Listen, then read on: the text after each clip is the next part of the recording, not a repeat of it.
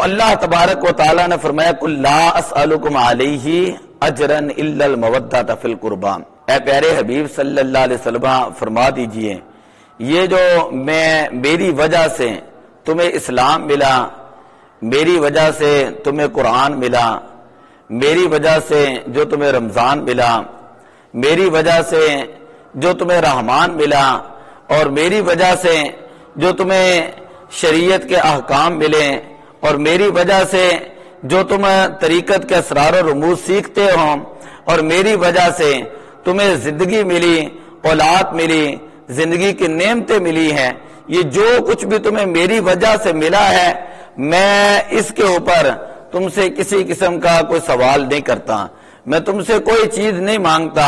اس لیے کہ انا اعطیناک الکوثر، اللہ تعالیٰ نے فرمایا پیارے حبیب صلی اللہ علیہ وسلم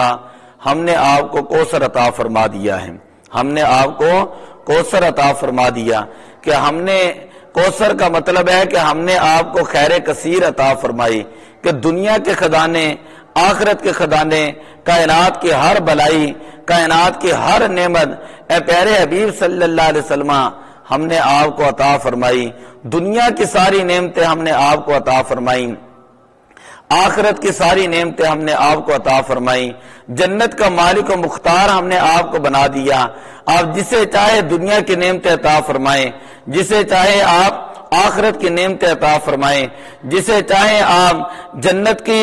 جو سرداری عطا فرمائیں، جسے چاہے آپ جنت عطا فرمائیں، اے پیارے حبیب صلی اللہ علیہ وسلم انا اعطیناک الکوثر، ہم نے آپ کو کوثر عطا فرمایا ہے۔ تو جب اس کائنات کی ساری چیزیں اللہ تعالیٰ نے نبی پاک صلی اللہ علیہ وسلم کو دی، اور کائنات میں جس کو جو ملا وہ مصطفیٰ کے صدقے سے ملا، تو فرمایا قُلْ لَا أَسْأَلُكُمْ عَلَيْهِ أَجْرًا، اے لوگوں میں اس کے اوپر تم سے کسی قسم کا سوال ہے نہیں کرتا، إِلَّا الْمَوَدَّةَ فِي الْقُرْبَى، مگر میں تمہیں یہ کہتا ہوں کہ میری اہل بیت جو ہے تم نے ان کے ساتھ محبت کرنی ہے، میری اہل بیت کے ساتھ تم نے محبت کرنی ہے۔ ایک لفظ ہوتا ہے محبت، میم کے اوپر زبر کے ساتھ، لوگ اس کو میم کے اوپر پیش کے ساتھ پڑھتے ہیں، حالانکہ قرآن کا لفظ ہے وَالْقَيْتُ عَلَيْكَ مَحَبَّةً مِّنِّي، اور ایک ہوتا ہے مودت۔ مودت یہ ہوتی ہے کہ جس طرح ایک مچھلی ہے، اس کو پانی سے باہر نکالا جائے تو وہ مچھلی تڑپتی ہے، فرمایا کہ میری اہل بیت جو ہے تم نے ان کے ساتھ مودت کرنی ہے۔ قرآن کے اندر لفظ محبت کے نہیں ہے، قرآن کے اندر لفظ محبت کے نہیں ہے کہ میری اہل بیت سے محبت کرنی ہے، بلکہ محبت سے اعلیٰ جو درجہ اور اس درجے سے بڑھ کر کوئی درجہ موجود ہی نہیں، فرمایا الا المودۃ فی القربى، کہ تم نے میری اہل بیت کے ساتھ